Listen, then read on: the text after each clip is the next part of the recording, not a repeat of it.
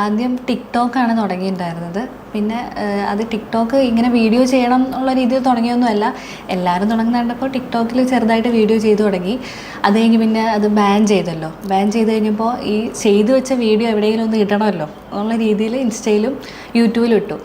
യൂട്യൂബിൽ നിന്ന് അപ്പോൾ ഒരു വരുമാന മാർഗ്ഗം കിട്ടുമെന്നുള്ള രീതിയിലൊന്നും അല്ല ഇട്ടേ. പക്ഷേ ഒരു മാസത്തിനുള്ളിൽ തന്നെ നല്ലോണം വ്യൂവേഴ്സും വരാൻ തുടങ്ങി, മോണിറ്റൈസേഷനായി.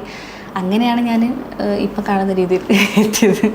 ഇപ്പോൾ 500K ഫാമിലിയിലേക്ക് യൂട്യൂബിൽ എത്താൻ പോവുകയാണ്. അപ്പോൾ ഈ ഒരു ജേണിയിൽ നോക്കിയിട്ടുണ്ടെങ്കിൽ ഏറ്റവും വെല്ലുവിളിയായിട്ട് തോന്നിയിട്ടുള്ള കാര്യം എന്താണ്? അത് കണ്ടൻറ് ക്രിയേഷൻ തന്നെയായിരിക്കും. നമ്മൾ ഇപ്പം ഞാൻ ഓൾമോസ്റ്റ് എനിക്ക് തോന്നുന്നു ഒരു 560 വീഡിയോയുടെ മുകളിൽ ചെയ്തിട്ടുണ്ട്. ഈ 560 കണ്ടൻറ്റ് കണ്ടുപിടിക്കാൻ തന്നെയായിരുന്നു ഒരു വെല്ലുവിളിയും മെയിൻ കാര്യം.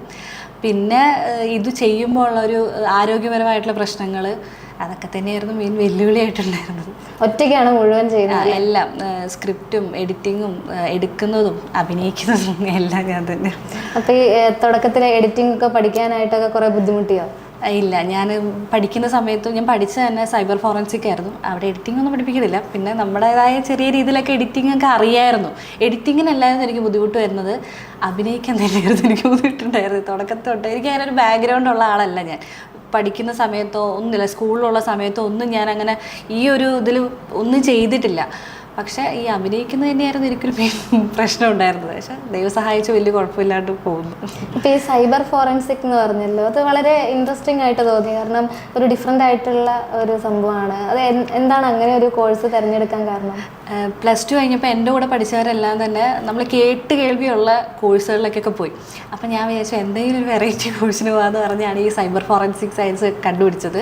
ഫോറൻസിക് സയൻസ് ആയിരുന്നു ആദ്യം നോക്കിയത്. പിന്നെ അത് കർണാടകയൊക്കെ ആയിരുന്നു.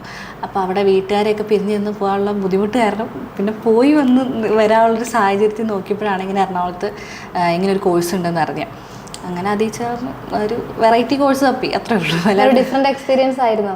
അത് പിന്നെ നമുക്ക് പഠിച്ചു തുടങ്ങിയപ്പോൾ അതൊരു ഡിഫറെൻ്റ് ആയിരുന്നു. അപ്പോൾ അതൊരു വെറൈറ്റി ആയിരുന്നു, ഒരു ഇൻട്രസ്റ്റിംഗ് ആയിട്ടുള്ള ടോപ്പിക്കായിരുന്നു. മൊത്തത്തിൽ പഠിക്കാൻ എളുപ്പമായിരുന്നു. ശരിക്കും വലിയ ചാൻസുകളുള്ള ഒരു കോഴ്സാണ്, ഒരുപാട് അവസരങ്ങൾ ലഭിക്കാൻ സാധ്യതയുള്ള കോഴ്സാണ്. പിന്നീട് അത് കണ്ടിന്യൂ ചെയ്യാതെ ഈ ഒരു കണ്ടന്റ് ക്രിയേഷനിലേക്ക് വരാമെന്ന് തോന്നിയൊരു മൊമെന്റ് എപ്പോഴാണ്? അത് ഈ വീഡിയോ നമ്മൾ ഈ ടിക്ടോക്കൊക്കെ ചെയ്തു തുടങ്ങി. പിന്നെ നമ്മൾ എളുപ്പമുള്ള സ്ഥലത്ത്, അല്ലെങ്കിൽ നമുക്ക് നിൽക്കൊരു ഇത്തിരി കംഫർട്ടുള്ള സ്ഥലത്തായിരിക്കുമല്ലോ കൂടുതൽ നമുക്ക് സന്തോഷം കിട്ടുന്നത്. അപ്പോൾ എനിക്കിത് കംഫർട്ടായിട്ട് തോന്നി. ഞാൻ പഠിച്ചതിന് കോഴ്സിനേക്കാൾ കൂടുതൽ എനിക്ക് കംഫർട്ടായി തോന്നിയത് ഈ വീഡിയോ ക്രിയേഷനായിരുന്നു. അപ്പോൾ അതുകൊണ്ടാണ് ഈ വീഡിയോ ഇതിലേക്ക് വന്നത്. പഠിപ്പും ബാക്കപ്പായിട്ട് വെച്ചിട്ടുണ്ട്. എങ്ങാനും വല്ല യൂട്യൂബ് പോയി കഴിഞ്ഞാൽ വേണമല്ലോ, വരുമാനമാർഗ്ഗം വേണമല്ലോ, അതവിടെ തന്നെ ഉണ്ട്. പക്ഷേ ഇപ്പോൾ നിലവിൽ യൂട്യൂബും ഫേസ്ബുക്കും ഒക്കെ ആയിട്ട് മുന്നോട്ട് പോകാനാണ്. ഇപ്പോൾ ഫാമിലിയുടെ കാര്യം പറഞ്ഞല്ലോ, ഫാമിലിയിൽ നിന്ന് വിട്ട് നിൽക്കാൻ ബുദ്ധിമുട്ടുണ്ടെന്ന്. അങ്ങനെ അകന്ന് നിൽക്കാൻ ഭയങ്കര മടിയുള്ള കൂട്ടത്തിലാണ്. ഫാമിലിയിൽ ആരൊക്കെയാണുള്ളത്? വീട്ടിൽ പപ്പയും മമ്മിയും, ചേച്ചിയുണ്ട്. ചേച്ചി കല്യാണം കഴിഞ്ഞു. ഞാൻ ചെറുപ്പം മുതലേ അങ്ങനെ വേറെ എവിടെയും പോയി നിൽക്കാത്ത ഒരാളാണ്. അമ്മയുടെ വീട്ടിൽ അങ്ങനെ ഒന്നും എവിടെയും പോയി നിൽക്കില്ല. മമ്മിയും പപ്പയും എനിക്ക് ചുറ്റും വേണം, അങ്ങനെയുള്ള ഒരാളായിരുന്നു. അതുകൊണ്ട് തന്നെ എനിക്ക് ഇങ്ങനെ കോഴ്സ് തപ്പിയ സമയത്ത് പുറത്തൊന്നും പോയി പഠിക്കാൻ, ഹോസ്റ്റലിൽ നിൽക്കില്ല എന്നൊക്കെ എനിക്ക് ഭയങ്കര നിർബന്ധമായിരുന്നു.